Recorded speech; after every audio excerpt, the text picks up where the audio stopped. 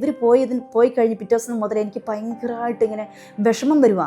അപ്പം ഞാൻ എൻ്റെ കൂട്ടുകാരത്തോട് പറഞ്ഞു, എടി എനിക്ക് എന്താണെന്നറിയില്ല, മക്കൾ പോയിട്ട് ഭയങ്കര വിഷമം വരുവാണെന്ന് പറഞ്ഞു.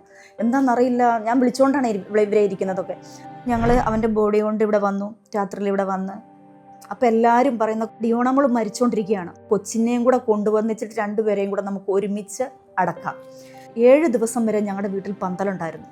അങ്ങനെ ഞങ്ങൾ ഇവിടെ വെന്റിലേറ്റർ ഇറക്കുന്നത്. അപ്പം ആംബുലൻസ് വന്നപ്പോൾ ഞാൻ പറഞ്ഞു, പരിശുദ്ധ അമ്മേ, ഇത് നിൻ്റെ കച്ചയാണ്, എൻ്റെ മോളില്ല എന്നാണ് ഡോക്ടർമാരും എല്ലാവരും പറയുന്നത്, ജീവിച്ചിരിക്കില്ലെന്നാണ് പറയുന്നത്. അവൾ എങ്ങനെ ഇരുന്നാലും അമ്മേ മാതാവേ, നീ ഈ കച്ചയ്ക്കകത്ത് ഉണ്ണീശോയെ പൊതിഞ്ഞ ഈ കച്ചയ്ക്കകത്ത് പൊതിഞ്ഞ് ഞാൻ തന്നു വിടുക. നീ അവളെ കോഴിക്കോടെത്തിക്കണം, എനിക്ക് വേറെ ഒന്നും അറിയണ്ട, നീ അവളെ കോഴിക്കോടെത്തിക്കണം, അവൾക്കൊരു കുഴപ്പം വരരുതെന്ന് പറഞ്ഞു.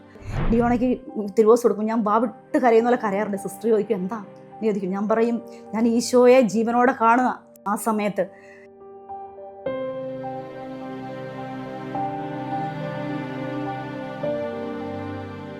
ഇത് ലോകപ്രശസ്തമായ പിയാത്ത എന്ന ശില്പമാണ്.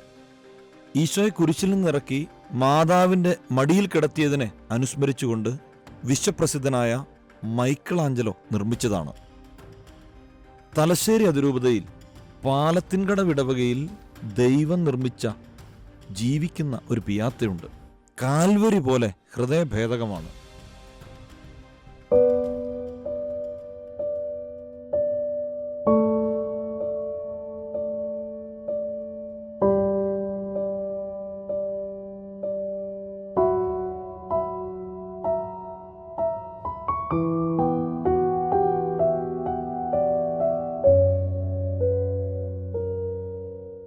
എൻ്റെ പേര് സിജി, എൻ്റെ ഹസ്ബൻഡ് പേര് ബെസ്റ്റി, 2 മക്കൾ അഡോൺ, ഡിയോണ. ഞങ്ങൾ പാലത്തുംകടവ് ഇടവകയിലെ ഒരു കൊച്ചു വീട്ടിൽ.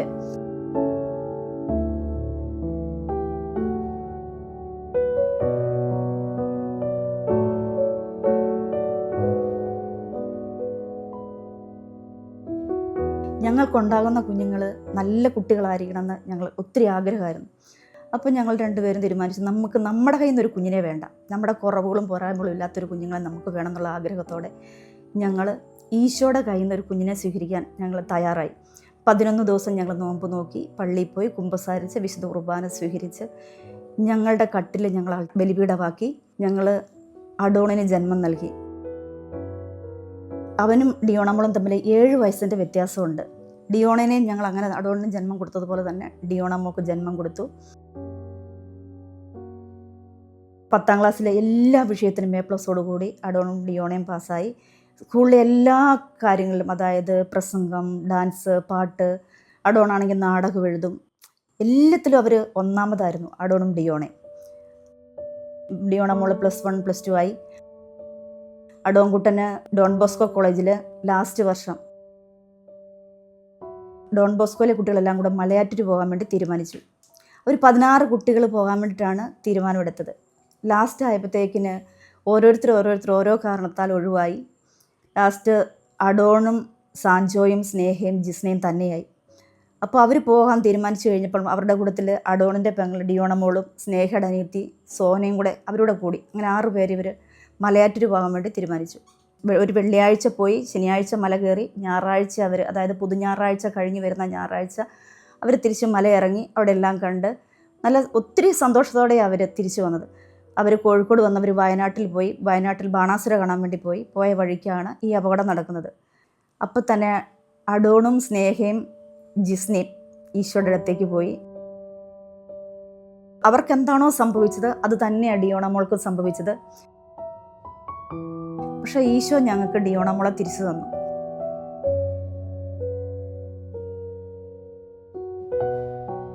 ഡിയോണമോളുടെ തല പൊട്ടി, തലച്ചോറിൻ്റെ പകുതി പോയി, ഒരു 6 സർജറി, പിന്നെ ഒരുപാട് നാൾ ഹോസ്പിറ്റലിലൂടെയൊക്കെ കിടന്നു.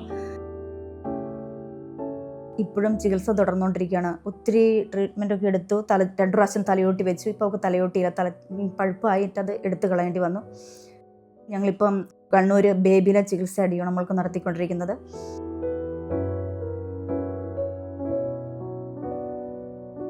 ഈ അപകടത്തിൽ കൂടിയൊക്കെ കടന്നു പോയാലും ഞങ്ങളെ പിടിച്ചു നിർത്തിയ ഒരു ശക്തി എന്ന് പറഞ്ഞാൽ വിശുദ്ധ കുർബാനയാണ്. ഞങ്ങൾ ഒരു ദിവസം പോലും ഞങ്ങൾ വിശുദ്ധ ബലി മുടക്കിയിട്ടില്ല. മോൾ ICUവിൽ കിടക്കുമ്പോൾ മാത്രമാണ് ഞങ്ങളുടെ വിശുദ്ധ ബലി മുടങ്ങിയിട്ടുള്ളത്. ഞാൻ എങ്ങനെയാണോ വിശുദ്ധ കുർബാനയെ സ്നേഹിച്ച് വളർന്നു വന്ന പോലെ അതുപോലെ എൻ്റെ മക്കളും എൻ്റെ കുടുംബവും എല്ലാം അതുപോലെ ആയിരിക്കണം എന്ന് ഞാൻ ഒത്തിരി ആഗ്രഹിച്ചിട്ടുണ്ട്. ഞാനും ഡിയോണംകുളം പള്ളിയിൽ പാട്ട് പാടുന്നതായിരുന്നു. ഈ കൊറോണ സമയത്തൊക്കെ 2ഉം 3ഉം വിശുദ്ധ കുർബാനയ്ക്കൊക്കെ ഞങ്ങൾ പങ്കെടുത്തിട്ടുണ്ട്. ഹോസ്പിറ്റലൊക്കെ ആകുമ്പോൾ നമുക്ക് വിശുദ്ധ കുർബാന കിട്ടാൻ ഞങ്ങൾക്ക് ബുദ്ധിമുട്ടായിട്ട് കുർബാന വയ്ക്കും, പക്ഷേ ഞങ്ങൾക്ക് തിരുവോസ്തി കിട്ടാൻ ഭയങ്കര പാടാണ്. അപ്പോൾ ഞാൻ ഒത്തിരി ചങ്ക് പൊട്ടി കരഞ്ഞിട്ടുണ്ട്, ഈശോയെ നിന്നെ ഒന്ന് സ്വീകരിക്കാൻ പറ്റിയായിരുന്നെങ്കിൽ എന്ന് ഞാൻ ആഗ്രഹിച്ചിട്ടുണ്ട്. അങ്ങനെ ഞങ്ങൾ പേരട്ട്, അതായത് ടൗണിലെ മോളെയും കൊണ്ട് വാടകയ്ക്ക് ഒരു 1.5 വർഷം നിന്നു. ഞങ്ങളുടെ പ്രാർത്ഥന കേട്ടിട്ടായിരിക്കാം ഞങ്ങൾക്ക് എല്ലാ ദിവസവും തന്നെ IMS ധ്യാന കേന്ദ്രത്തിലെ തോമസ് അച്ഛൻ രാവിലെ ഇങ്ങനെ ഹോമിയോ ഡോക്ടറാണ്, ഉച്ചവരെ അച്ഛൻ ഹോസ്പിറ്റലിരിക്കും. അത് കഴിഞ്ഞതിന് ശേഷം അച്ഛൻ വിശുദ്ധ കുർബാനയായിട്ട് ഏതെല്ലാം രോഗികളുണ്ടോ അവിടെ എല്ലാം ഒത്തിരി പ്രായം ചെന്ന അച്ഛനാണ്. പക്ഷേ അച്ഛൻ ആ വിശുദ്ധ കുർബാനയും കൊണ്ട് വരുമ്പം ഈശോ ഞങ്ങൾക്ക് വിശുദ്ധ കുർബാന കൊണ്ട് തരുന്നതായിട്ട് മാത്രമേ നമുക്ക് തോന്നാറുള്ളൂ. ഏത് രാത്രിയിലായാലും എപ്പോഴായാലും നമുക്ക് കുമ്പസാരിക്കണമെങ്കിൽ കുമ്പസാരിക്കാം. അതുപോലെ മോക്ക വിശുദ്ധ കുർബാന, ആ ഒരു വിശുദ്ധ കുർബാനയുടെ ശക്തിയുണ്ട് ഞങ്ങൾക്ക്. ഞാൻ പള്ളിയിൽ പാട്ട് പാടുമ്പം മൈക്ക് കയ്യിലെടുത്താൽ ഞാൻ ആദ്യം ദശാംശം നൽകും. ഈശോയെ, എൻ്റെ ശബ്ദം ഇന്നയാൾക്ക് വേണ്ടി ഞാൻ ദശാംശം നൽകുകയാണ്. മലയാറ്റൂർ ഇവർ പോയി കഴിഞ്ഞ് പിറ്റേ ദിവസം മുതൽ എനിക്ക് ഭയങ്കരമായിട്ട് ഇങ്ങനെ വിഷമം വരുവാ. അപ്പം ഞാൻ എൻ്റെ കൂട്ടുകാരത്തോട് പറഞ്ഞു, എടി എനിക്ക് എന്താണെന്നറിയില്ല, മക്കൾ പോയിട്ട് ഭയങ്കര വിഷമം വരുവാണെന്ന് പറഞ്ഞു. എന്താണെന്നറിയില്ല, ഞാൻ വിളിച്ചുകൊണ്ടാണ് ഇവരെ ഇരിക്കുന്നതൊക്കെ. അപ്പം ഭയങ്കര വിഷമം വരുന്നുണ്ടെന്ന് പറഞ്ഞു. എന്നിട്ട് ഞാൻ പള്ളിയിൽ പോയി. അന്ന് ഞാൻ ഒറ്റയ്ക്കാണ് പള്ളിയിൽ പാട്ട് പാടുന്നത്. രാവിലെ മൈക്കെടുത്തു, ഈശോയോട് പറഞ്ഞു, ഈശോയെ ഇന്ന് ഞാൻ എൻ്റെ മക്കളുടെ യാത്രയ്ക്ക് വേണ്ടി ഞാൻ ഇത് ദശാംശം തരികയാണ്. എൻ്റെ കുഞ്ഞുങ്ങളിങ്ങനെ പോയിരിക്കുകയാണ്. പക്ഷേ എന്താണോ ഞാൻ ബൈക്കെടുത്തു പള്ളിയിൽ പോയി പ്രാരംഭഗാനം പാടിയത്, ഇതെൻ്റെ ആദ്യ ബലി പോലെ, ഇതെൻ്റെ ഏക ബലി പോലെ, ഇതെൻ്റെ അന്ത്യ ബലി പോലെ എന്നുള്ള പാട്ടാണ് ഞാൻ പാടിയത്. അന്ന് കുർബാനയിൽ മൊത്തം തന്നെ ഞാൻ ഈ മക്കളെ സമർപ്പിച്ച്, എനിക്ക് തോന്നുന്നു ഇവർക്ക് എന്തോ സംഭവിക്കാൻ പോകുന്നു. എൻ്റെ മനസ്സ് പറയുന്നുണ്ട്, ഈ വിശുദ്ധ കുർബാനയ്ക്ക് നിൽക്കുമ്പോഴൊക്കെ പറയുന്നുണ്ട്, ഈശോയെ ഒന്നും സംഭവിക്കരുതേ എന്ന് ഞാൻ ഉള്ളുരുകി പ്രാർത്ഥിക്കുന്നുണ്ട്. ഇത് ആക്സിഡൻ്റ് ഉണ്ടായി, നമ്മൾ അറിഞ്ഞു, നമ്മളവിടെ ചെല്ലുന്നു. ഹസ്ബൻഡ് പോയി നോക്കുമ്പം 3 പിള്ളേരും മരിച്ചു. അതിൽ ഓടി വന്നിട്ട് എന്നോട് പറഞ്ഞു, നമ്മുടെ 2 മക്കളും പോയി എന്ന് പറഞ്ഞുകൊണ്ടാണ് പൊട്ടിക്കരയുന്നത്. ഞാൻ പറഞ്ഞില്ല പാപ്പ, പോയിട്ടില്ല, നമ്മുടെ മക്കളുണ്ട്, വിശ്വസിക്കുക. ഇല്ലടി പോയി എന്ന് പറഞ്ഞു. അപ്പോഴത്തേക്കും ആരോ ഓടി വന്ന് പറഞ്ഞു, ഡിയോണ എന്നൊരു കുട്ടി മേപ്പാടിയിൽ ഉണ്ടെന്ന് പറഞ്ഞു. ഞങ്ങൾ അന്നേരപ്പം തന്നെ മേപ്പാടിയിലേക്ക് പോയി. അവിടെ ചെന്ന് കഴിഞ്ഞപ്പോഴത്തേക്കും ദൂരെ ഇങ്ങനെ പൊതിഞ്ഞുകൊണ്ട് പോകുന്നത് മാത്രമേ കണ്ടുള്ളൂ, വെന്റിലേറ്ററിനകത്ത് ഇങ്ങനെ കൊണ്ടുപോകുന്നത് മാത്രമേ കണ്ടുള്ളൂ. പിന്നെ ഞങ്ങളെ കാണിച്ചിട്ടില്ല. പിന്നെ ഞങ്ങൾ അന്ന് രാത്രി അവിടെ നിന്ന് സർജറി, എനിക്ക് ഡിയോണമൊക്കെ ഇത്രയും സീരിയസ് ആണെന്നും ഡിയോണ മരിക്കും എന്നൊന്നും എനിക്കറിയില്ല. പക്ഷേ എല്ലാവരും പറയുന്നുണ്ട് ഡിയോണ പോവുകയാണ്, ഇനി ഡിയോണ ഇല്ല. വെസ്റ്റിക്ക് അറിയാൻ അഡോൺ പോയി എന്നുള്ളത് അന്നപ്പം തന്നെ അറിഞ്ഞു. മാനന്തവാടിയിലേക്ക് അവരുടെ 3 പേരുടെയും ബോഡി മാറ്റിയെന്ന് പറഞ്ഞു. അത് കഴിഞ്ഞ് ഒരു ഉച്ചയായപ്പോഴാണ് എന്നോട് പറയുന്നത്, സിജി, അഡോണും സ്നേഹയും ജിസ്നയും അപ്പം തന്നെ പോയി. അത് കഴിഞ്ഞിട്ട് ഞങ്ങൾ അവൻ്റെ ബോഡി കൊണ്ട് ഇവിടെ വന്നു, രാത്രിയിൽ ഇവിടെ വന്ന്. അപ്പോൾ എല്ലാവരും പറയുന്ന, ഡിയോണമോൾ മരിച്ചുകൊണ്ടിരിക്കുകയാണ്, 2 പേരെയും കൂടെ നമുക്ക് ഒരുമിച്ച് അടക്കാം, അതാണ് നല്ലതെന്നും പറഞ്ഞു. അഡോണിൻ്റെ 9 മണിക്ക്, അതായത് എല്ലാവരുടെയും വീട്ടിൽ നമ്മുടെ തലശ്ശേരി പിതാവ് പോയായിരുന്നു. അപ്പം എല്ലാവരും വെയിറ്റ് ചെയ്യുന്നത് ഇവളുടെ ബോഡി വരാൻ വേണ്ടിയിട്ടാണ്. പക്ഷേ അന്നേ ദിവസം ഞങ്ങളുടെ വീട്ടിൽ ഈശോ ഉണ്ട്. ഈശോ ഇല്ലെങ്കിൽ എനിക്ക് അത്രമേൽ പിടിച്ച് നിൽക്കാൻ പറ്റില്ല. എന്നെ ആരും താങ്ങിയിട്ടില്ല. ഞാൻ രാത്രിയിൽ മുഴുവൻ അഡോണിൻ്റെ അടുത്തിരുന്നു. ഒത്തിരി പേര് ഉറങ്ങി, പക്ഷേ എനിക്ക് ഉറങ്ങാനൊന്നും പറ്റില്ല. ഞാൻ തലേദിവസത്തെ എല്ലാവരുടെയും ക്ഷീണം കൊണ്ട് തലേദിവസം കൊണ്ട് പിറ്റേൻ്റെ ദിവസമല്ലേ അടക്കം നടക്കുന്നത്. അപ്പോൾ ഉറങ്ങും. പക്ഷേ ഞാനിങ്ങനെ അഡോണിൻ്റെ അടുത്തിരിക്കുന്നുണ്ട്, അഡോണിൻ്റെ ഫ്രണ്ട്സൊക്കെ ഇരിപ്പുണ്ട്. എനിക്ക് തോന്നുന്നത് ഉറങ്ങിക്കിടക്കുവാന്നാണ് തോന്നുന്നത്. താടിയും മുടിയൊക്കെ വളർത്തി ജുബയും ഹൊത്തയിട്ടൊരു മനുഷ്യൻ പറഞ്ഞു, നിങ്ങൾ ആ കൊച്ചിനെ അടക്കിക്കോ, ആ മറ്റേ പെൺകുട്ടി തിരിച്ചു വരും, അവൾക്കൊരു കുഴപ്പം ഉണ്ടാകാണ്ട് അവൾ തിരിച്ചു വരും എന്ന് പറഞ്ഞു. പക്ഷേ എല്ലാവരും അവിടെ ഇവിടെ മാറി നിന്ന് പറയുന്നുണ്ട്, കൊച്ചു മരിച്ചു. 7 ദിവസം വരെ ഞങ്ങളുടെ വീട്ടിൽ പന്തലുണ്ടായിരുന്നു. അതായത് ഡിയോണമോൾ മരിച്ചു കൊണ്ടുവരാൻ വേണ്ടിയിട്ട് 7 ദിവസത്തെ വീട്ടിൽ ആൾ വേണം, പ്രാർത്ഥന വേണം. അങ്ങനെ ഞങ്ങൾ 7 ദിവസം കഴിഞ്ഞ് മേപ്പാടി ചെല്ലുമ്പം ഡിയോണമോൾ വെന്റിലേറ്ററിൽ അന്തിശ്വാസം വലിക്കുന്നതാണ് ഞാൻ കാണുന്നത്. ഡിയോണമോളെ കണ്ടാൽ നമുക്ക് തിരിച്ചറിയത്തില്ല. ഒരു 3 തല കൂടുന്ന വലിപ്പമുണ്ട് കൊച്ചിൻ്റെ തലയ്ക്ക്. കണ്ണില്ല, ഒന്നുമില്ല, പിരികം മാത്രം ഇങ്ങനെ കാണാം. ബാക്കിയെല്ലാം ഒരു എന്താ പറയുക, ഒരു മാംസപിണ്ഡം പോലെ. നമുക്ക് കണ്ടു നിൽക്കാൻ പറ്റില്ല. ഞാനും പറഞ്ഞു, ഇതെൻ്റെ കൊച്ചല്ല. പെട്ടെന്ന് ഞാൻ അവളുടെ കാലിനൊരു പ്രത്യേകതയുള്ളൂ. കാല് നോക്കുമ്പം കണ്ടിട്ടാണ് ഞാൻ ഇത് ഡിയോണയാന്ന് പോലും തിരിച്ചറിഞ്ഞത്. ഞാൻ തിരിച്ച് ഓടി ഇറങ്ങിയിട്ട് ബൈബിൾ എടുക്കുക എന്ന് പറഞ്ഞ് ബൈബിളിനകത്ത് ഫോണിനകത്ത് ബൈബിൾ എടുത്ത് എസെക്കിയേൽ പ്രവാചകൻ്റെ പുസ്തകം 37-ാം അധ്യായം അസ്ഥികളുടെ താഴ്വര, അത് ഞാനൊരു പേപ്പറിൽ എഴുതി ഇവളുടെ അടുത്ത് പോയി അത് ഉറക്കെ വായിച്ചു. അവിടെ ഡോക്ടർമാർ നിർത്തില്ല, ഉറക്കെ വായിച്ചു. ഇവളുടെ തലയുടെ ചോട്ടിൽ ആ വചനം വെച്ചു. ICUവിൻ്റെ മുമ്പിൽ നിൽക്കുമ്പോഴും പരിശുദ്ധ അമ്മ കുരിശിന് ചോട്ടിൽ നിന്നോലെയാണ്. എന്താ ചെയ്യേണ്ടതെന്നറിയില്ല. 1-ാം ദിവസമായി, 2-ാം ദിവസമായി. പക്ഷേ എനിക്ക് കരയാനൊന്നും തോന്നിയില്ല. നമ്മളെ പിടിച്ചു നിർത്തുന്ന ഒരു ശക്തിയുണ്ട്. ജപമാല കയ്യിലുണ്ട്. ഞാനിങ്ങനെ അങ്ങോട്ടും ഇങ്ങോട്ടും നടക്കുന്നുണ്ട്. അവളെ കൊണ്ട് നമ്മൾ കോഴിക്കോട് ബേബിയിലേക്ക് പോകുന്നു. ബേബിയിലേക്ക് പോരുമ്പോൾ തന്നെയാണ് ബേബിയിലെ ഡോക്ടർ റിപ്പോർട്ട് അയച്ചു കൊടുക്കുമ്പോൾ ഇവളെ എടുക്കില്ല. തല നിറച്ചും ഫ്ലൂയിഡ്, ഈ ഹോസ്പിറ്റലിൽ ഒന്നും ചെയ്യാൻ പറ്റില്ല, നിങ്ങൾ എവിടെ കൊണ്ടായാലും ഈ കുട്ടി ഇതിലപ്പുറം ഒന്നും സംഭവിക്കാൻ പോകുന്നില്ല, അവൾ ജീവനോടെ ചുരുങ്ങിയ ദിവസമേ ഇനി ഇരിക്കുകയുള്ളൂ, ഒന്നെങ്കിൽ നിങ്ങൾക്ക് നിങ്ങളുടെ കുട്ടിയുടെ അവയവങ്ങൾ നിങ്ങൾക്ക് ദാനം ചെയ്യാം. അതും പറഞ്ഞ് ഞങ്ങൾ പറഞ്ഞു നമ്മളങ്ങ് കോഴിക്കോട് കൊണ്ടുപോയി നോക്കാം. അപ്പം ഞങ്ങൾ ഡോക്ടറോട് പറഞ്ഞു. അങ്ങനെ ഡോക്ടർ അവസാനം ലാസ്റ്റ് സമ്മതിച്ച്, നമ്മുടെ പിതാവൊക്കെ ഇടപെട്ടത് ലാസ്റ്റ് കൊണ്ടുവരാൻ പറഞ്ഞു. അങ്ങനെ ഞങ്ങൾ കൊണ്ടുപോവാണ്. മോളെ ആംബുലൻസ് വന്നു, റോഡ് മാർഗം റോഡെല്ലാം ക്ലിയർ ചെയ്യാൻ വേണ്ടി പോലീസെല്ലാം ക്ലിയർ ആക്കി. 2 ആംബുലൻസ്, ഒരു ആംബുലൻസ് ചെറുത്തിന് താഴെ നിന്നു.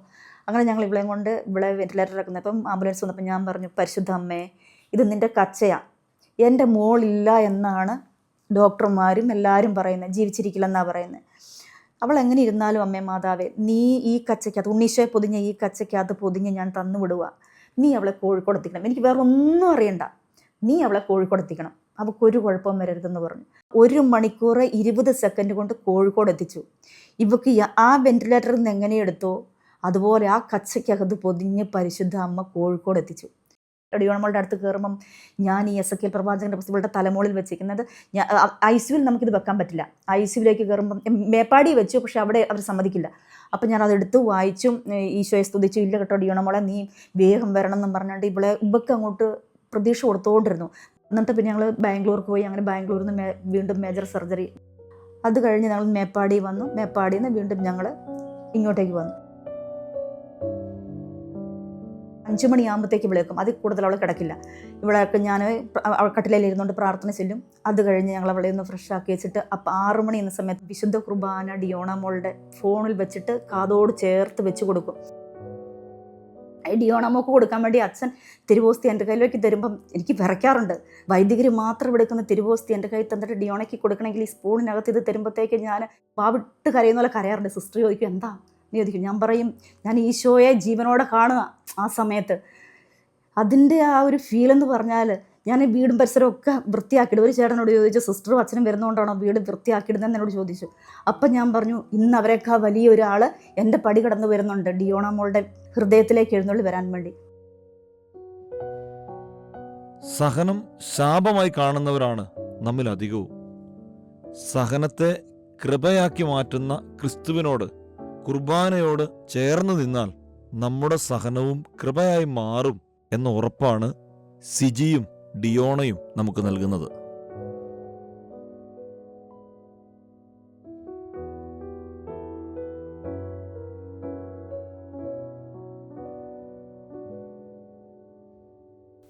വിശുദ്ധ കുർബാനയുമായി ബന്ധപ്പെട്ട വീഡിയോകൾ നിങ്ങൾക്ക് ലഭിക്കാൻ ഈ ചാനൽ സബ്സ്ക്രൈബ് ചെയ്യുക.